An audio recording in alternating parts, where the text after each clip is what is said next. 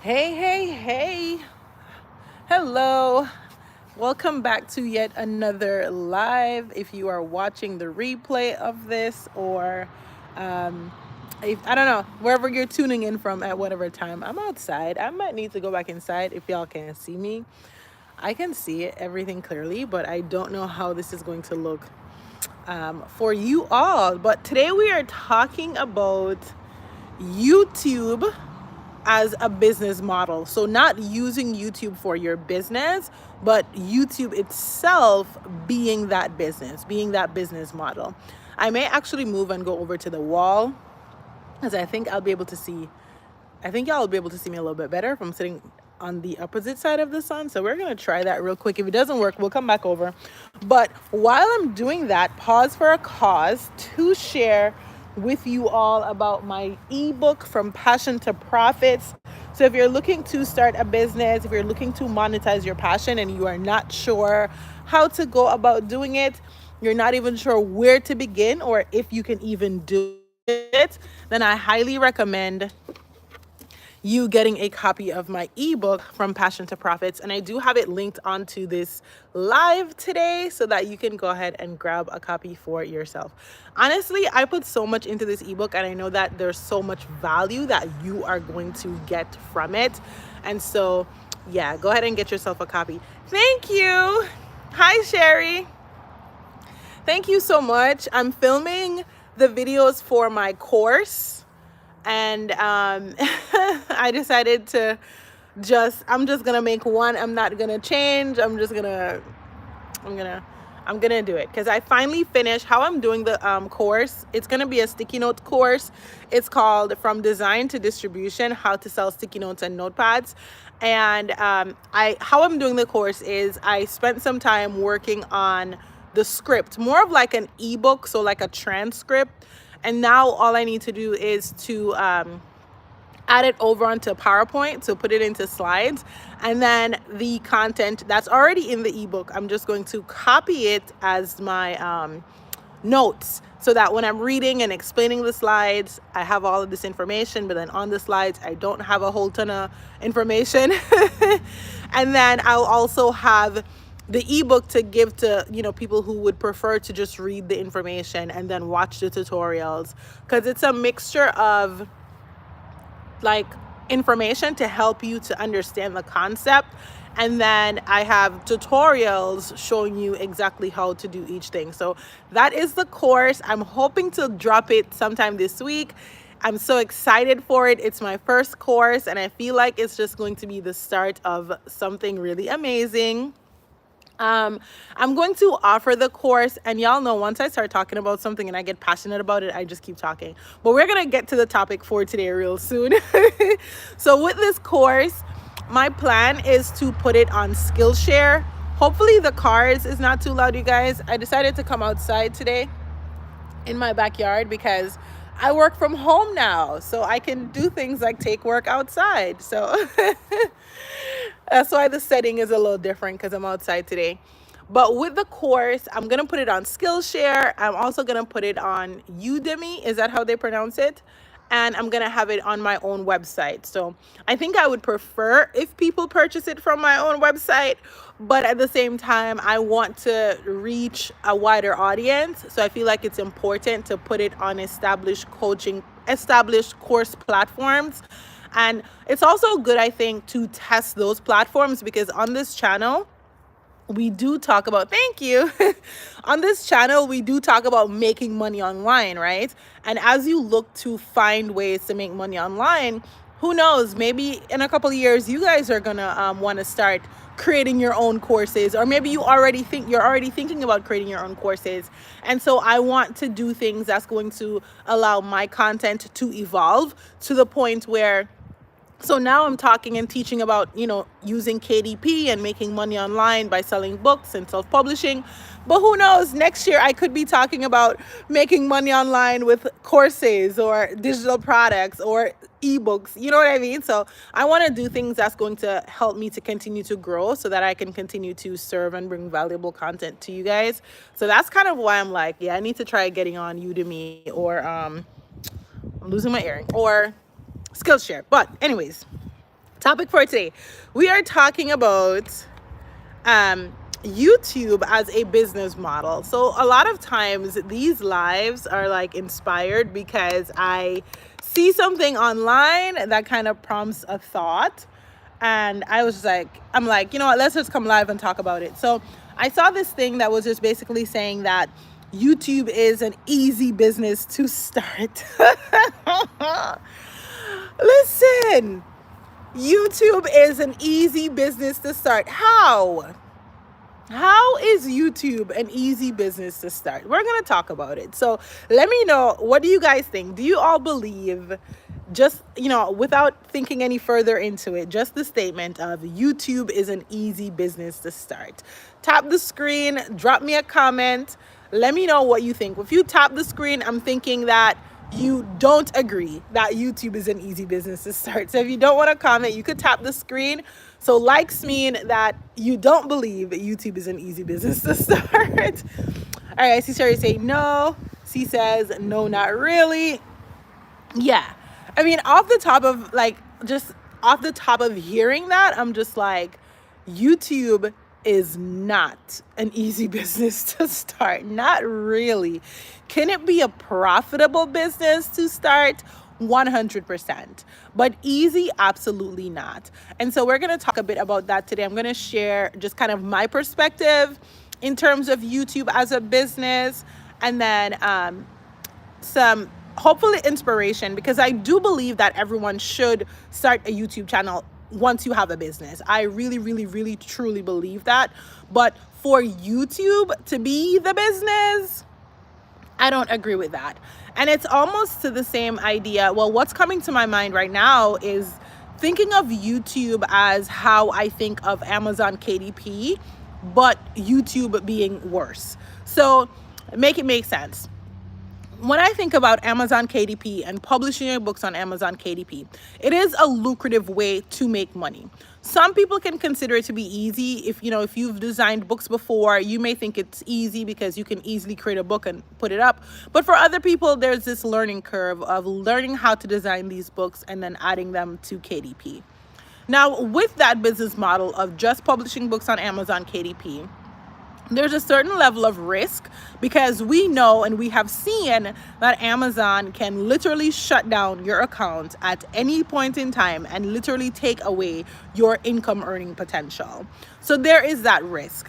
I feel the same applies to YouTube. So if you think about YouTube as your business, you are taking on this risk of, this is a business, but you don't have any control, right? So at any point in time, YouTube can, and YouTube has in the past, taken away monetization, right? Limiting monetization for some people. They have also enabled suspended accounts. Like, they suspend accounts, they terminate accounts just the same. And so I like to move away from business models where it's like such high risk to the point that somebody else can shut down your business. I don't believe that anything where somebody else can just completely shut down your business is a good business model. And that is why I will forever preach having your own website, because, I'm not saying it's never gonna happen, like people never shut down websites. I'm sure somebody has gotten their website shut down, but it's really it's not likely to happen. And if it does happen, you will get something from it, simply because with your website, you are actually purchasing something, right? You are purchasing your domain. You're registering this domain as you being the owner. This is something that you can also sell to someone else, right? So you are investing heavily into this thing. Versus YouTube, it's free to come on here and open an account. Anybody could do it. Anybody could start posting videos. And something else too is when you think about the earning potential. So on YouTube, your earning potential is, if we're thinking about just YouTube, right? So we haven't gotten to the second part of this live yet. We're going to talk about how to actually use YouTube. If YouTube is your business, that's the only thing you are doing, then your income is completely subjective or subjected to YouTube. So you post a video, you don't know how much ads you're going to make on this video. You don't know what that payout is going to look like. You don't know any of these things. So you're posting a video and they could decide at any point that they're going to pay you $2 per 1,000 views, as opposed to another video where maybe they're paying you $10 per 1,000 views, versus other business models like digital products or ebooks or print books, or what else could, just selling other products, like not even books, but just selling anything else, like whether selling a physical or digital product or selling a service. You have direct control over how much you're going to make. You know what I mean? And I think that that's really important for a business. I think it's important for me to have control over how much money I'm making. And with YouTube, I feel like you don't have that. So I would never, ever, ever, ever recommend YouTube as a business, like just YouTube and YouTube is my business. I would never recommend that, because just like I wouldn't even recommend just KDP and KDP as your business, I would not recommend either of those things. So what would I recommend? What I would recommend is using YouTube as the platform to drive traffic to your business, to your products, and to your services. And so to make this practical, but also to insert a plug of my own services, I am currently running a coaching and consulting business.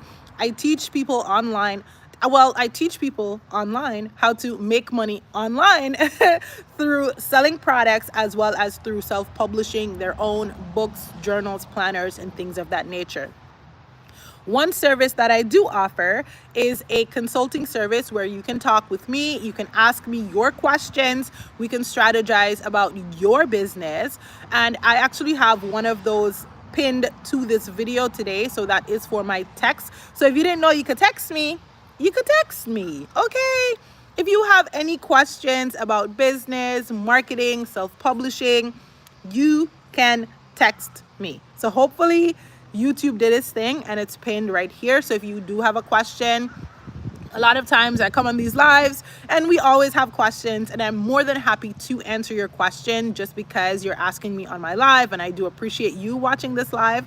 So I always answer your question. But if you're looking to tap in and to support my business on another level, so I can keep showing up and being able to answer your questions, then you can purchase a text session. And the good thing with that is not even just about supporting me, but the good thing with that is that if you have a question that you don't want anybody else to see or anybody else to hear the answer to, then you should definitely send me that question privately. So if you have a question about how to market your specific book, or if you have a question about keywords or ways in which you can improve and start making sales on your products, then you definitely want to talk with me one-on-one on that, so that we can look at your book, your brand, and come up with a strategy that will work for you.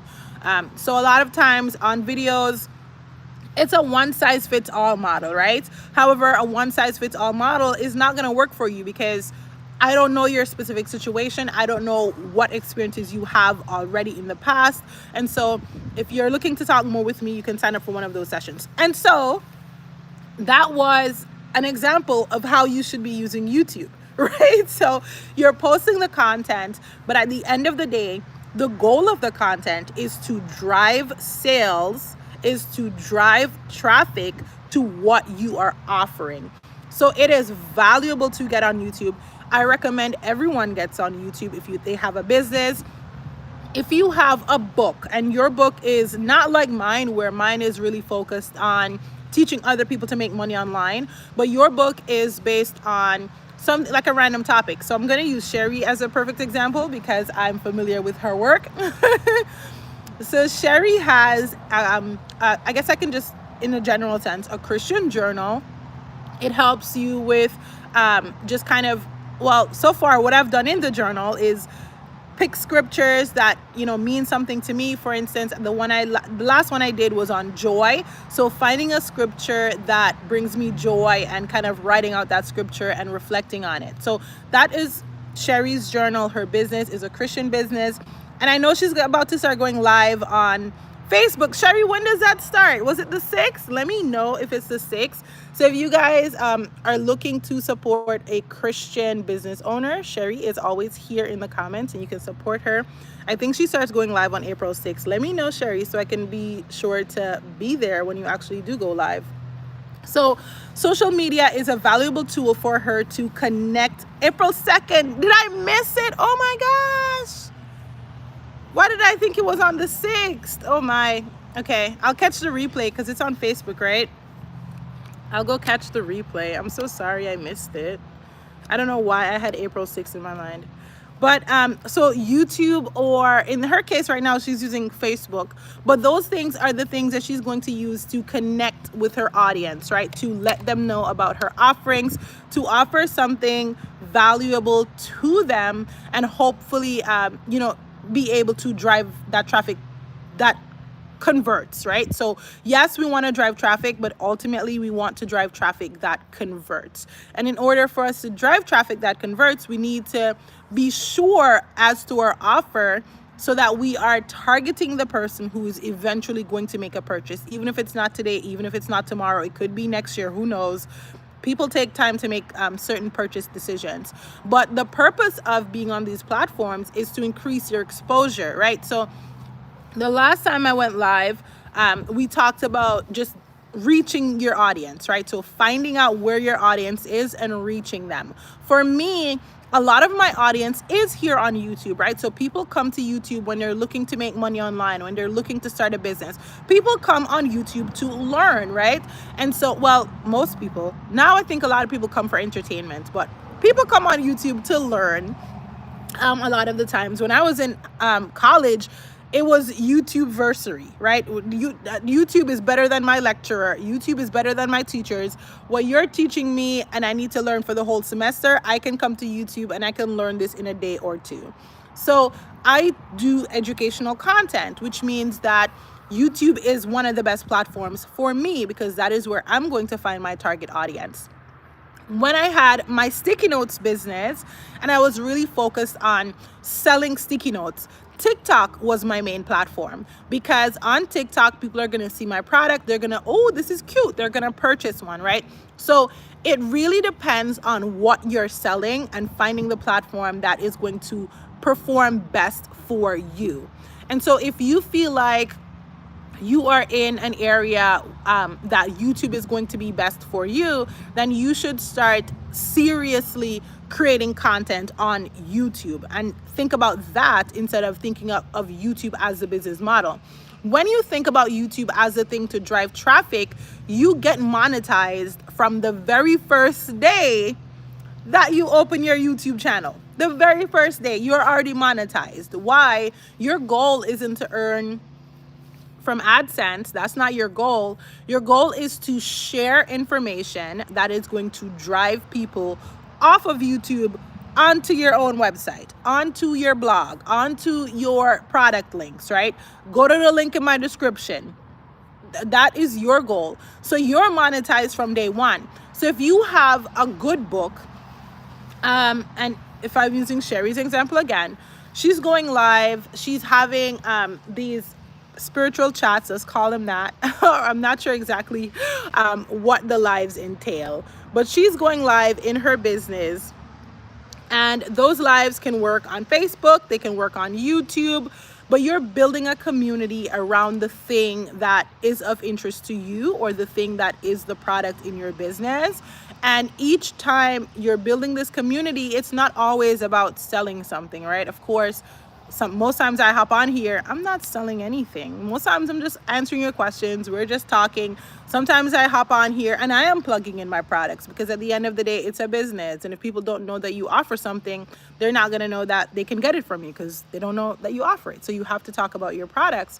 And so I think just kind of switching our mindset to that, a lot of us would, kind of make the decision, because I know I do have a lot of people who are like, I want to get on YouTube, but they're thinking about how long it takes to get 1,000 followers. How long is it going to take me to get monetized? When those things should come secondary to everything else that you're doing in your business.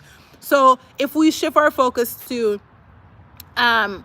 not how long it's going to take me to get monetized, how long it's going to take me to do this, but how can I offer value through my content? How can I share parts of my content that is still going to make what I sell or what I actually offer desirable? Because at the end of the day, that is the goal. If your goal is just YouTube, and I know for a lot of people that's just their goal is just YouTube, then they share so much on YouTube that it doesn't ever translate over to sales, because you're putting so much into your content, and that's an okay approach to take.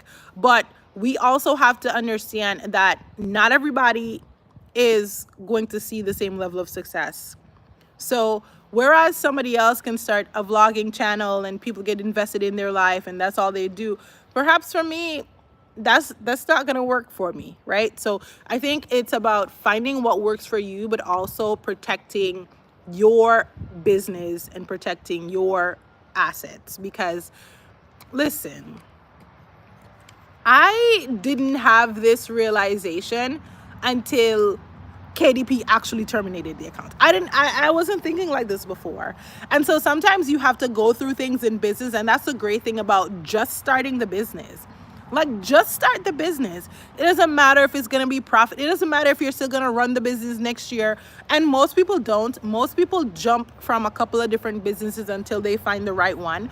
But with each business, with each venture, you learn so much, right? And so I wouldn't have started thinking about my business in this way had KDP not terminated my account. But because they did, I'm now thinking about this in a more sustainable way. I'm like, nah.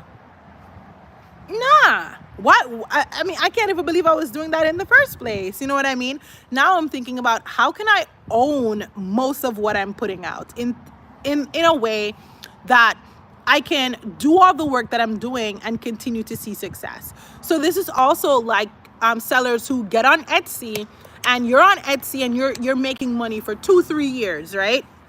But you never take the plunge to create your own website. You never take the plunge to create your own mailing list. You never take the plunge to get on social media and start connecting with other people and sharing your brand in other ways. And then next thing, you get a bad review and all of a sudden your Etsy business is done.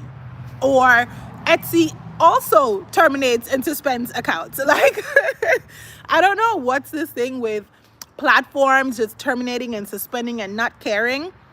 It's like shoot first, ask questions later. I am not sure what's going on with that, but all of those things just say to me that you need to be owning something in your business. Your business cannot be completely reliant on one person or one thing. And this holds true not just for social media or selling platforms, but it also holds true if we're thinking about suppliers, right? So imagine you have a really big shoe company and you only have one manufacturer. And then the one manufacturer all of a sudden has some type of issue or they stop working with you. What are you going to do in your business?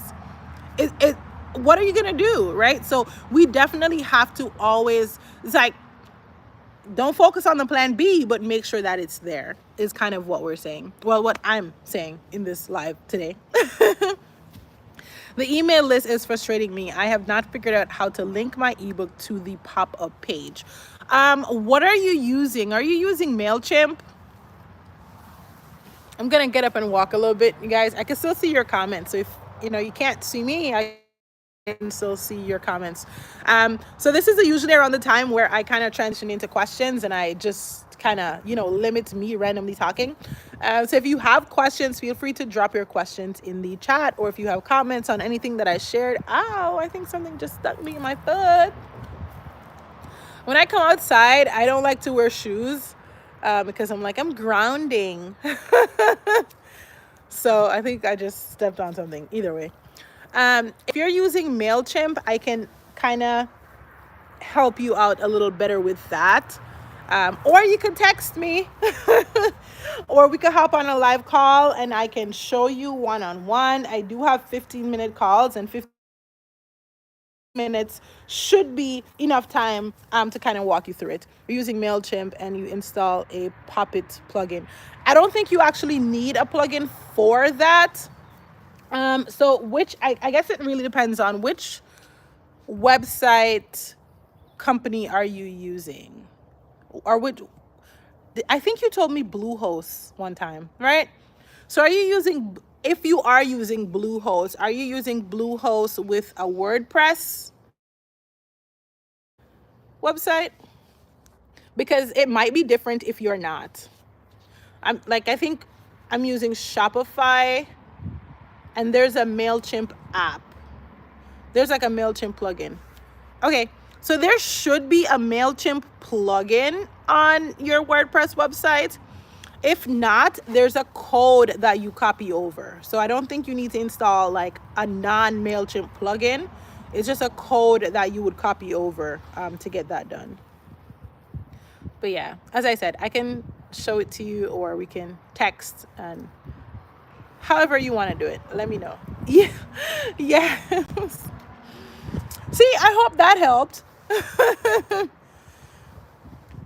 But if anybody else has any questions, I'm happy to answer your question. Do you think it's worth it to gather subscribers offline, such as friends and associates, or rely on the YouTube algorithm? That's a great question. And it's a great question because just recently I was actually looking at the stats on my channel, and right now I have 10,000, like 10,500 subscribers, right? And when I look at my viewership, 80 something percent of people who watch my videos are not subscribed. So subscribers are important if you're trying to get to that 1,000 subscriber goal, monetization on YouTube goal. So if that's what you're trying to do, get up to that 1,000, then, and you're okay with friends and family being on your channel, then yes, you can go ahead and get them to subscribe, because that's going to ultimately contribute to the amount of subscribers that you have. But in terms of views on your videos, it's likely that that's going to be the same trend. In terms of majority of your traffic is going to come from people who are not subscribed to your channel. And so if you're talking about reach, it doesn't really matter. If you're talking about getting to the 1,000 goal, then I would get them subscribed. So it really depends on you.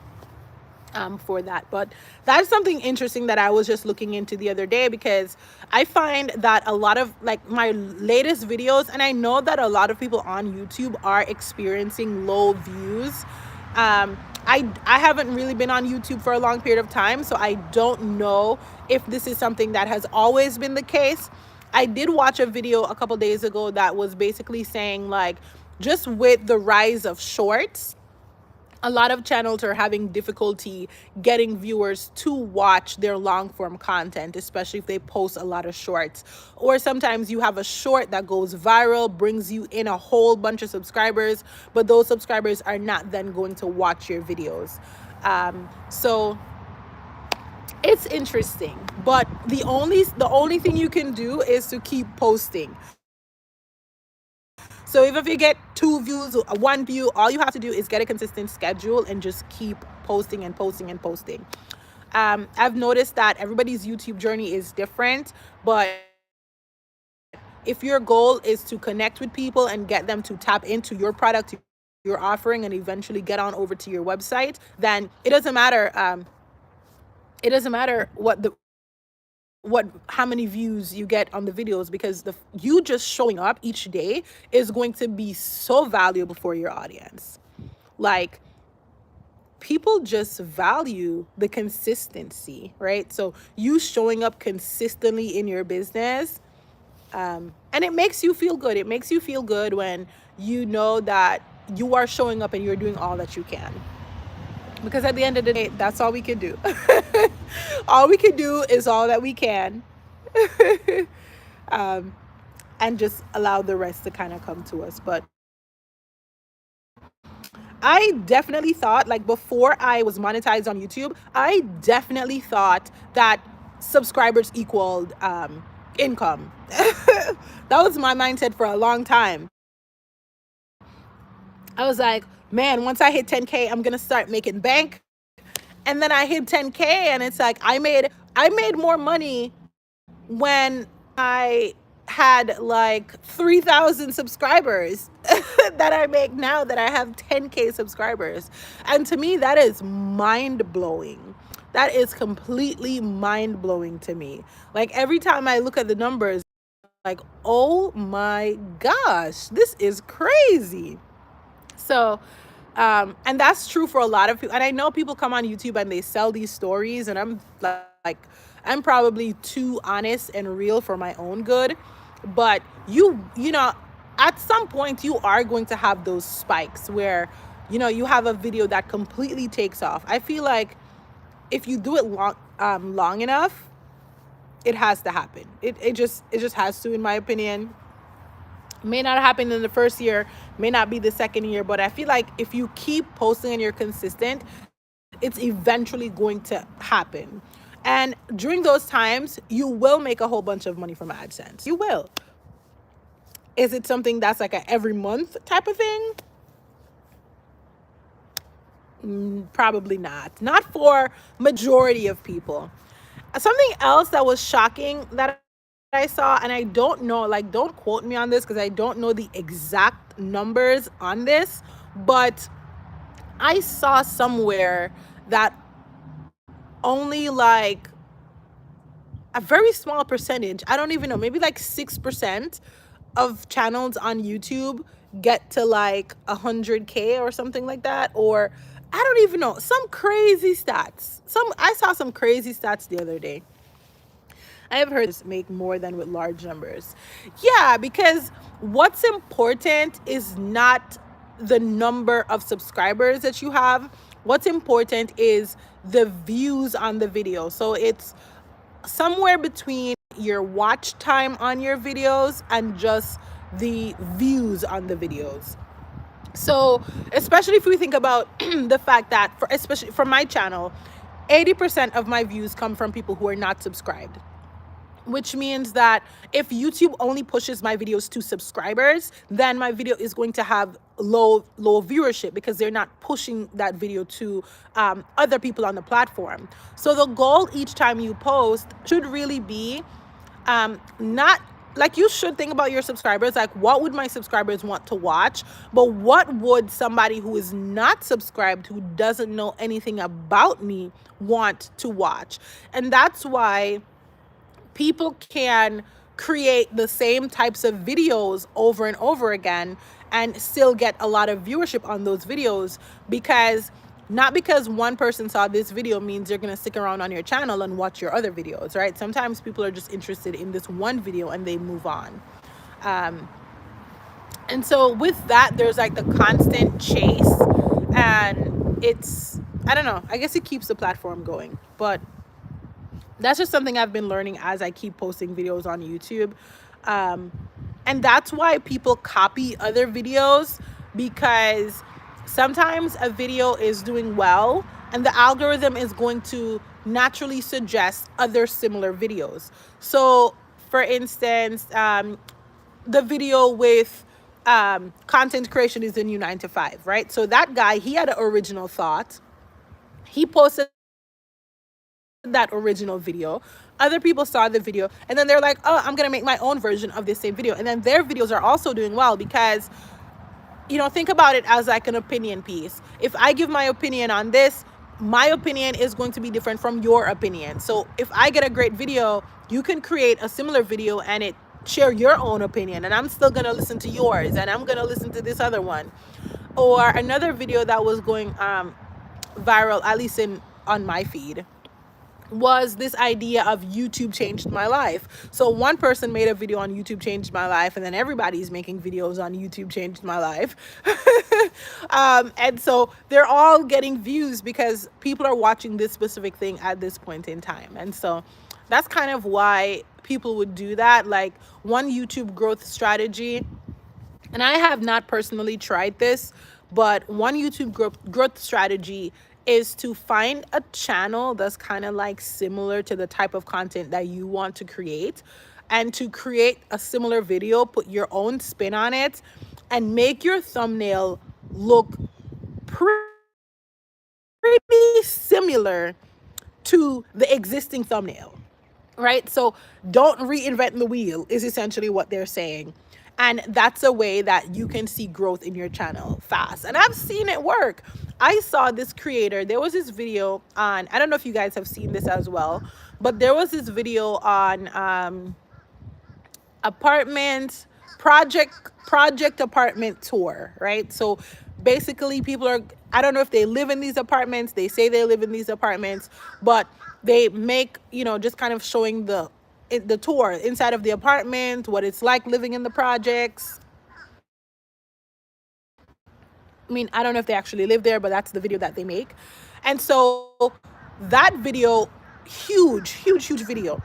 Now I see smaller creators who their channel is like 500 subscribers. At least the one girl that I saw, her channel, when I first saw the video, had like 500 subscribers.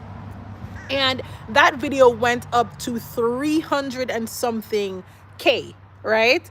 And when I went back to her channel, she was sitting at 12,000 subscribers. And best believe majority of the subscribers came from that one video, right?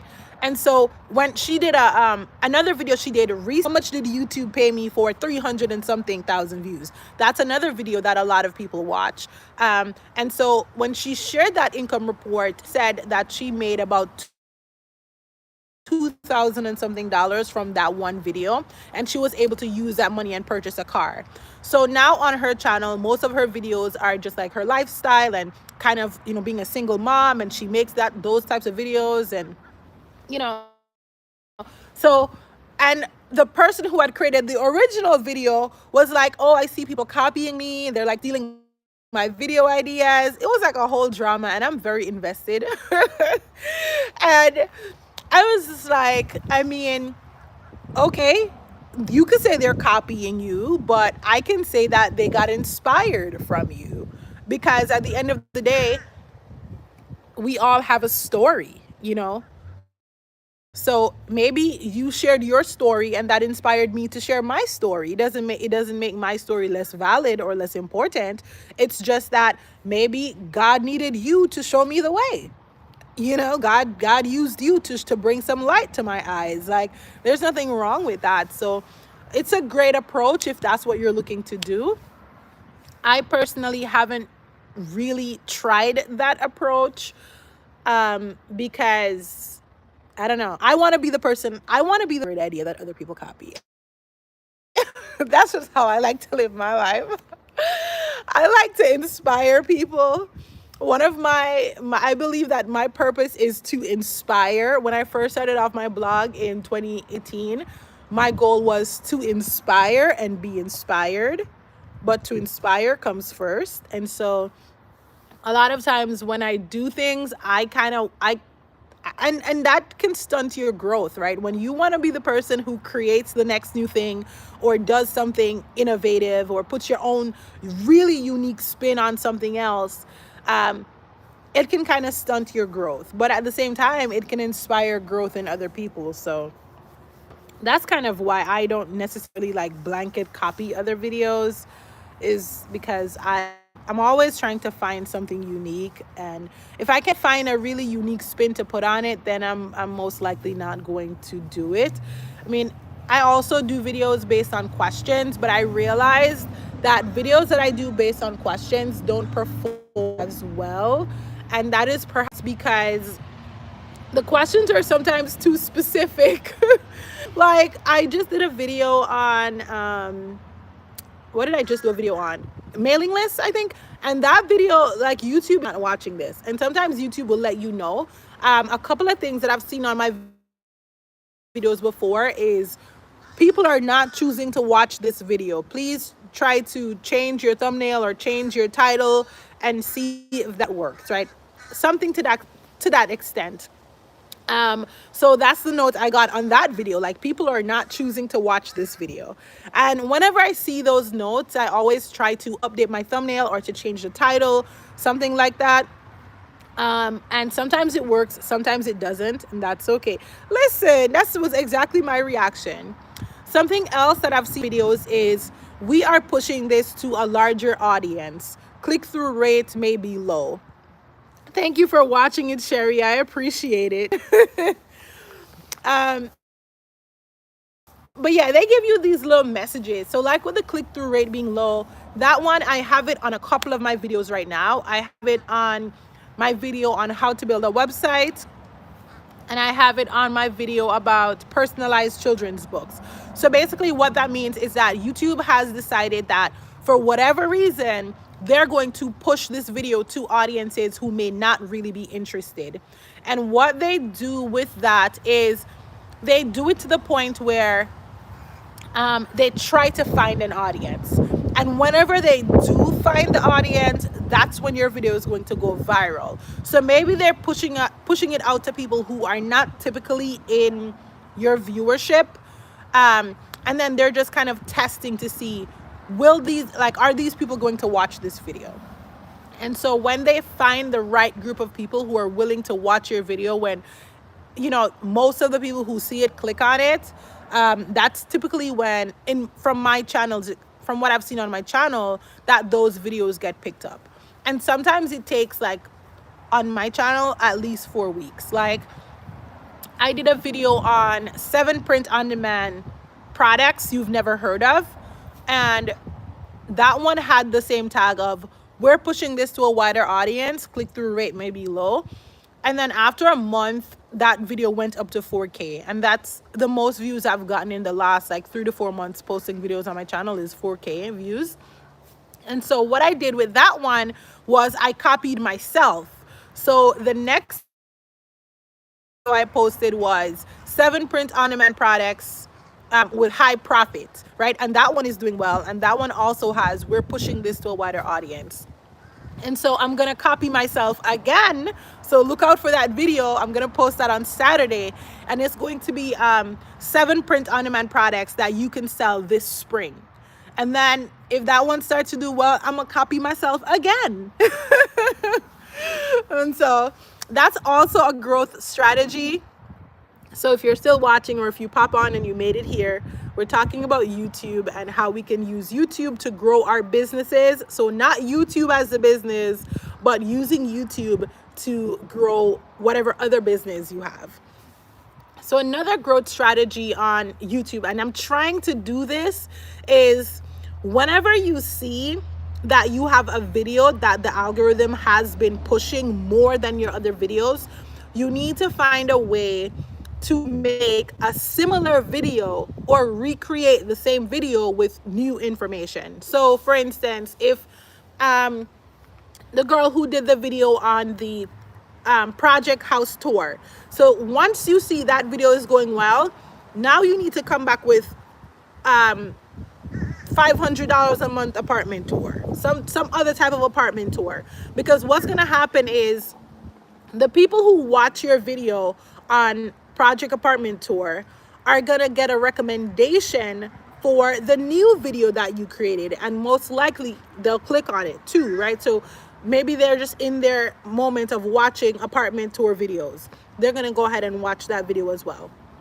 And that's the importance of niching down, because when you niche down, it's easier for you to be able to do that. Because and this group of audience that's going to find you are, the type of audience that would most likely watch your videos.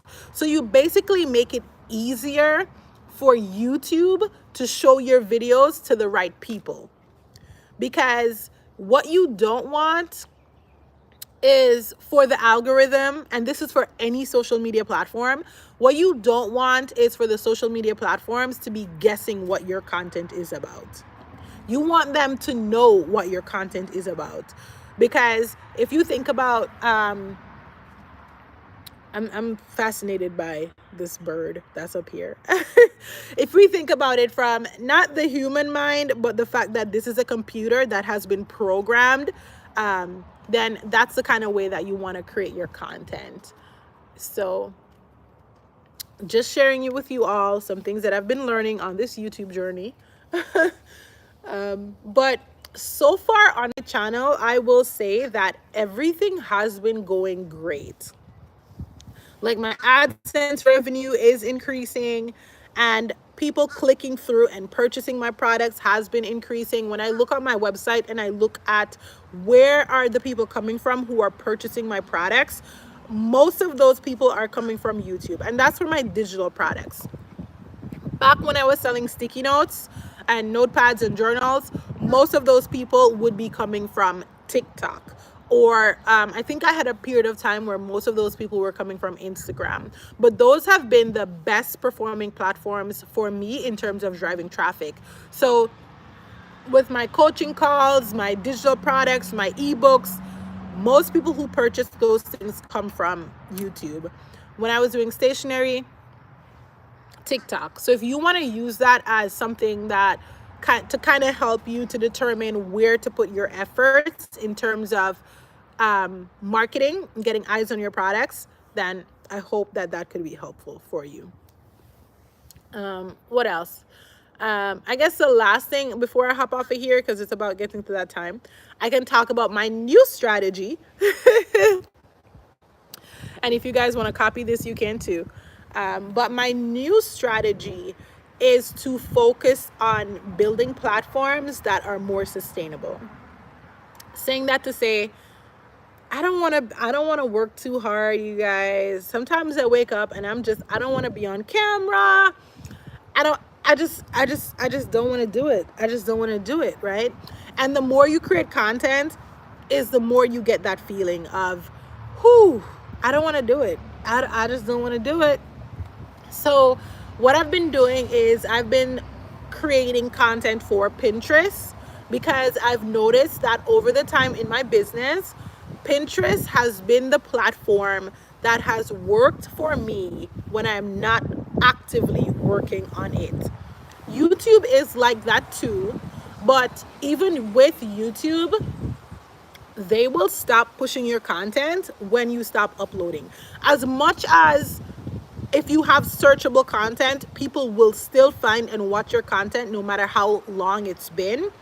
But at some point, they will stop pushing your content if you're not consistently uploading. As with anything, they just do it at a more sustainable rate than something like Instagram or TikTok. As soon as you stop posting on Instagram or TikTok, you're literally dead. Like I uninstalled TikTok for a week and I did not see any growth. No growth whatsoever. If I stop posting on YouTube for a week, I will still see growth. I will still see growth. So then that's my issue. I don't like being the center of attention. Yeah, it definitely weighs on you being the center of attention. And that's why I think this whole faceless brand thing is a big push right now. And the reason I love faceless brand as well is because I believe it reduces some of the barriers that people experience. And I don't mean to push anybody away or get anybody clicking off of this video, but there are things that would cause your business to have slower growth that you don't have control over, like your race or your gender, or if you're speaking an accent, right? So these are things that you can't really, you know what I mean? You can't really control those things. You were born that way. Like you didn't control where you were born. And so the mere fact that those things can cause your business to grow slower than other people's businesses is one of the reasons why I love this whole faceless push, because you could just be behind the camera doing what you're doing and people will value the content you're putting out. They will value your product and they won't judge you based on how you look or how you sound. So I love it. I love this whole faceless push. I think it really works best when you can find a product or a service that can be the focus. So Faceless worked great for me with my sticky notes. And the only thing that hindered the full potential or growth on the sticky notes was because I chose to create sticky notes and notepads and journals for Black women. So, of course, I'm already appealing to a smaller subset of the population. And that was intentional. That was my goal. If that's your goal, do you, boo. If that's not your goal, and I've had clients who say this to me too, is like they say things like, whenever they're designing the cover of their books, they want to make it neutral because they don't want those things to factor into the purchase decision. And if you're thinking about this from a business mindset, I agree with you, because you don't want to, and that's one of the reasons too why I feel like my journal did so well on Amazon, the black one with the white text, is because it's just a black journal with white text, right? So some of the, like, sometimes it's good to have things that just appeal to a wider audience, especially if your goal is, your niche is, what I'm saying is, your niche does not always have to be tied to race or ethnicity or gender. It doesn't always have to be tied. Your target audience could very much be women and men. You don't always have to say, oh, it's only women or only men. You don't have to do that. So that's just something to consider as you're looking to develop products and grow your business. And something that I've experienced firsthand. I've experienced it. I've had people who, oh, I would purchase this if it had another image on there, or do you have any with, and sometimes it's just out of general want. Like, I had a couple people who were asking me when I was doing the sticky notes, do you have any with Mexicans or Hispanic people? And I would say things like, I don't, but I can customize it for you. And they loved that. They love when I said, you know what, I don't have, but I can make you a custom one with your own photo, or I can make you something with your saying, you know what I mean? I can personalize this for you, because at the end of the day, tapping into the market of people wanting to be represented is a lucrative market to tap into. So if you're looking for a business idea or a niche, you're not sure, or even just thinking about it from the perspective of personalized item, right? Everybody is unique, and people want to be seen, and people want to have things that feel like them and makes them feel whole in a sense, regardless of what the product actually is. So it's definitely a great marketing strategy, but it can also hinder your growth and your success. So, and that's the same thing with YouTube too, right? So my face on a thumbnail might not perform well as somebody else's face on a thumbnail, and that's okay. That's okay. But that's why I love Faceless. That's kind of what started me on this whole thing. But that's why I love Faceless. Absolutely love it.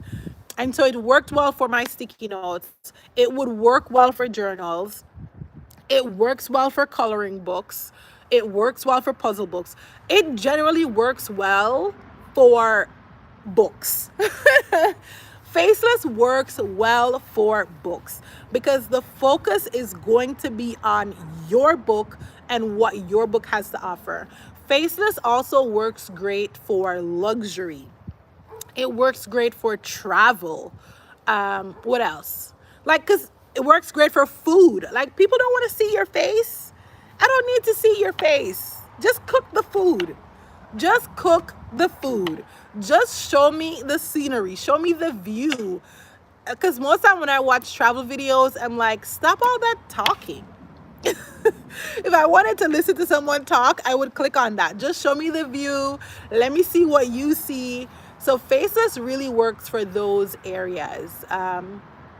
So if that's your niche or, anything like that, Faceless works great. On YouTube, Faceless works great for motivational content. It works great for scriptures and quotes. And that's actually something that I'm doing too. I've created this whole new business that I'm not going to tell you guys about. Can you do a video on this? Or you know what I need to do? I need to rewatch my lives. And pick out areas of my life that can be whole videos. So let me know which specific area, because I was talking about a whole lot of things, which specific area, and then I'll go rewatch it and make a whole video on the whole topic. But yeah, now I lost my train of thought, but yeah. Yes, I was saying that I have a whole new company that I'm not gonna share the name of. I'm not telling y'all about it. And with that company, what I'm doing is faceless. Everything is faceless, and I've seen good growth on it. So on my social medias, I'm posting Bible verses. So each time I go into Canva, I create like a little waterfall background.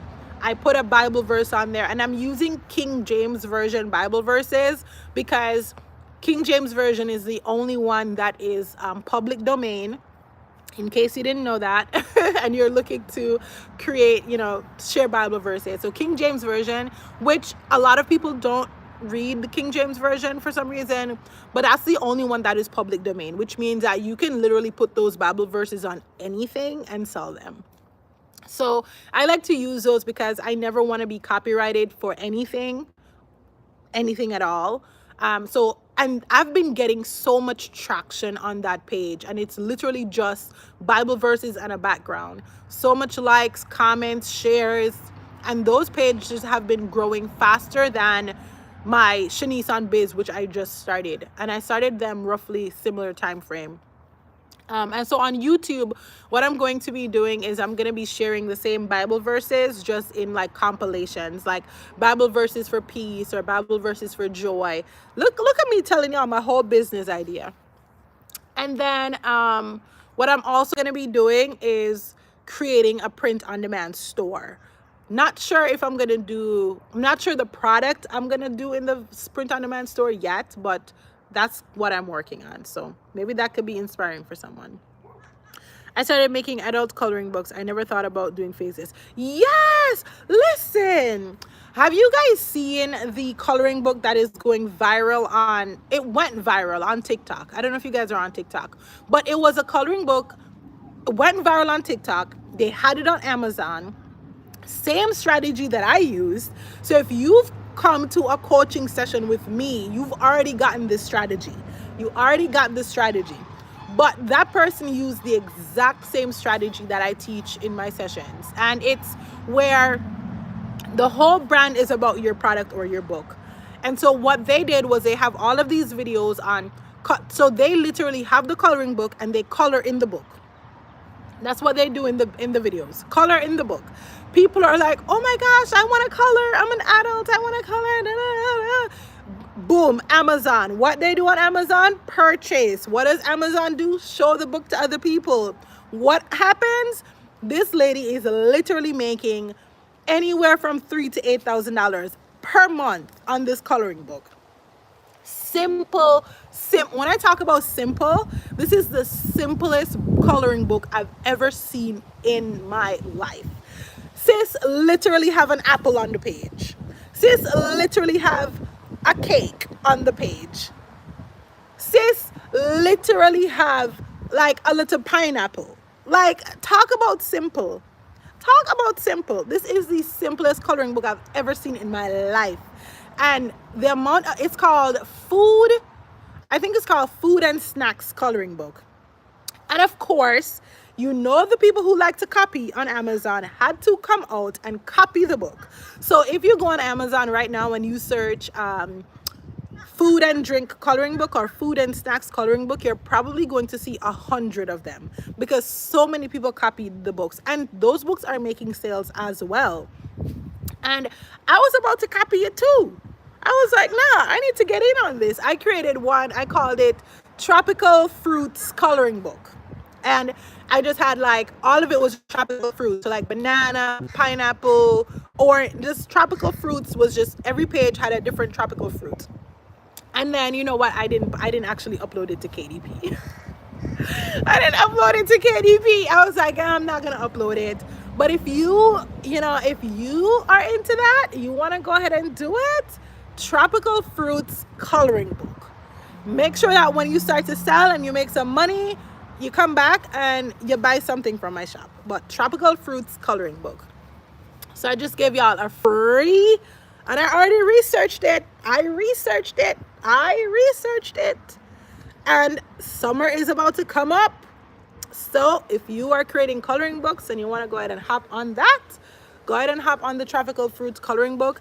They are size around 8.5 by 8.5, so not the 8.5 by 11. But look it up on Amazon. Look it up on Amazon.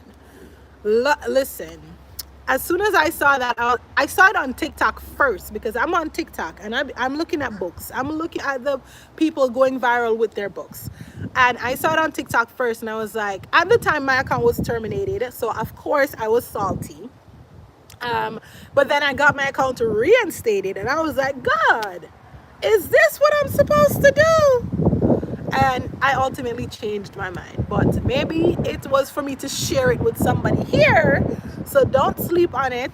Go ahead and create your Tropical Fruits coloring book, or think about that line of thought and try to see what kind of simple coloring books I can create to tap into this simple vibe that people want. So it could be animals, it could be simple rabbit coloring books, simple bird coloring books, I don't know.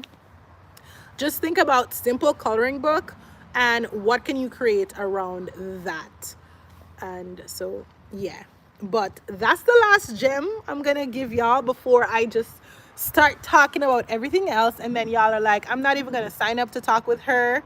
Yes, future mentor. Yes, I like that. But yeah, I'm gonna hop off of here because y'all know when I get to talking, and if I talk too much, y'all low-key not gonna come sign up for my sessions, and then I'm gonna have to go back and find me another job. I'm kidding. That is not my portion. But it's been great talking and chilling with you guys. I'm about to go inside, and I do have a video coming out today. So the video today is going to be on how to go from broke to 6 figures in 1 year. That's the name of the video today. And it's not just like some type of it's really, to me, it's practical. But when you watch it, let me know if you think it's practical, because I want to know if what I think about the videos, y'all actually think about the videos. So let me know what you think about that video when you check it out later on today. It's going to I'm probably going to post it around 5:30, 5:15. Thereabout. So check that out later on, and I'm gonna see y'all. Keep designing your dream life and business, and it has been great. Thank you, Sherry. Thank you so much. I look forward to seeing that every single time. So have a great day, you guys. Bye.